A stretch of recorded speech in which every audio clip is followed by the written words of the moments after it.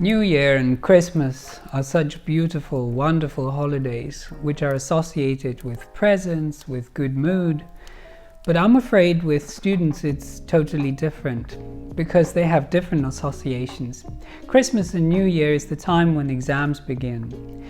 And I would like to read to you a fairy tale which is somehow connected to your examination session. It's full of imagery, and I hope you'll be able to recognize these images. This fairy tale is called Ruby. Once upon a time, there was a faraway land, Terra Lumia.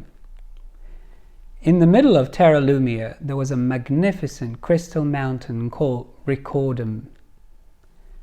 At the top of the mountain, there was an incredibly beautiful red ruby called Cognos. Whoever had the ruby could rule the land. Many people wanted to get the ruby, but it was guarded by 3 powerful dragons, Procrasto, Infermo, and Calidus. One brave young man decided to get the ruby. So he put on his armor and set out to the mountain. At the foot of the mountain he saw Procrasto dragon. The dragon was sleeping, so the boy decided to walk past it without fighting it. But as soon as he got close to it, Procrasto opened his green blazing eyes and looked at the intruder, saying in his deep voice, "Who are you? How dare you come near Recordum?" The gaze hypnotized the youth, and he was petrified. He couldn't budge an inch, and the dragon went back to his deep sleep.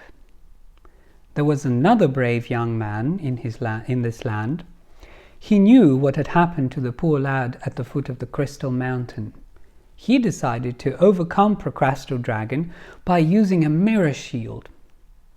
He approached Recordum, and sure enough, the dragon opened his blazing eyes, trying to entrance him. But the clever youth only looked at the reflection in his shield and was able to slay Procrasto with his sharp sword. Full of hope, he continued to climb the mountain. Halfway to the top, he saw Infermo dragon. Now this dragon was not at all scary. It spoke in a calm, admiring voice. "What a brave young man you are! Surely you deserve to get the ruby. You have been fighting. You have been climbing. It's time to get some rest. Take a nap before you continue your climb. I will sing you a lullaby." The dragon sang the most beautiful song, and the youth felt deadly tired. He lay down on the ground and fell fast asleep, never to wake up again. Terra Lumia was full of brave boys, so there was a third fellow who ventured to go up the mountain to get the ruby. He knew what had happened to the previous youth, so he decided not to make his mistake. He put earplugs in his ears not to hear the seductive voice of the beautiful dragon. Halfway to the summit, he saw the cunning dragon and was able to slay it because he was not fooled by his sweet voice. He rushed to the top of the mountain as fast as he could. His heart was pounding, feeling how close he was to his goal. Soon he saw the magnificent ruby. But at this moment, Calidus, the third dragon, blocked his way. The dragon laughed into his face. "Ha ha ha! You pitiful tiny human! Do you really think you can get Cognos?" The youth wasn't taken aback. He drew his sword and prepared to attack Calidus. But the dragon flapped his wings, and in the next instant there was a dozen of dragons around the poor fellow. In desperation, he tried to attack one of them, but it wasn't real. It was just a ghost.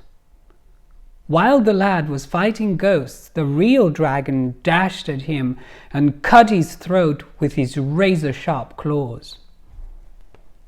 There was yet another brave fellow in the land who had a dream to get the ruby. He knew what had happened to the poor lad before him. He went to the ancient library, took all the books he could find about fighting dragons. Day and night, he searched for a way to overcome the dragon. Finally, he came across an instruction of how to make magic glasses that would make it possible to see the real dragon among the ghosts. After a week of hard work, he eventually manufactured the glasses. Inspired by his achievement, he put on the glasses, took his sword, and rushed to the mountain. He climbed to the top in no time. Calidus was there to meet him. It laughed, "Ha ha ha! Here is another fool who has come to meet his death." With these words, it flapped its wings, intending to confuse the lad. But the boy had magic glasses on, so the deception didn't work. He could clearly see where the dragon was. He drew his sword and killed it. His long-awaited prize, the ruby, was soon in his hands. He became the king of Terra Lumia and ruled it with wisdom and power. I hope you have enjoyed the fairy tale and understood its imagery.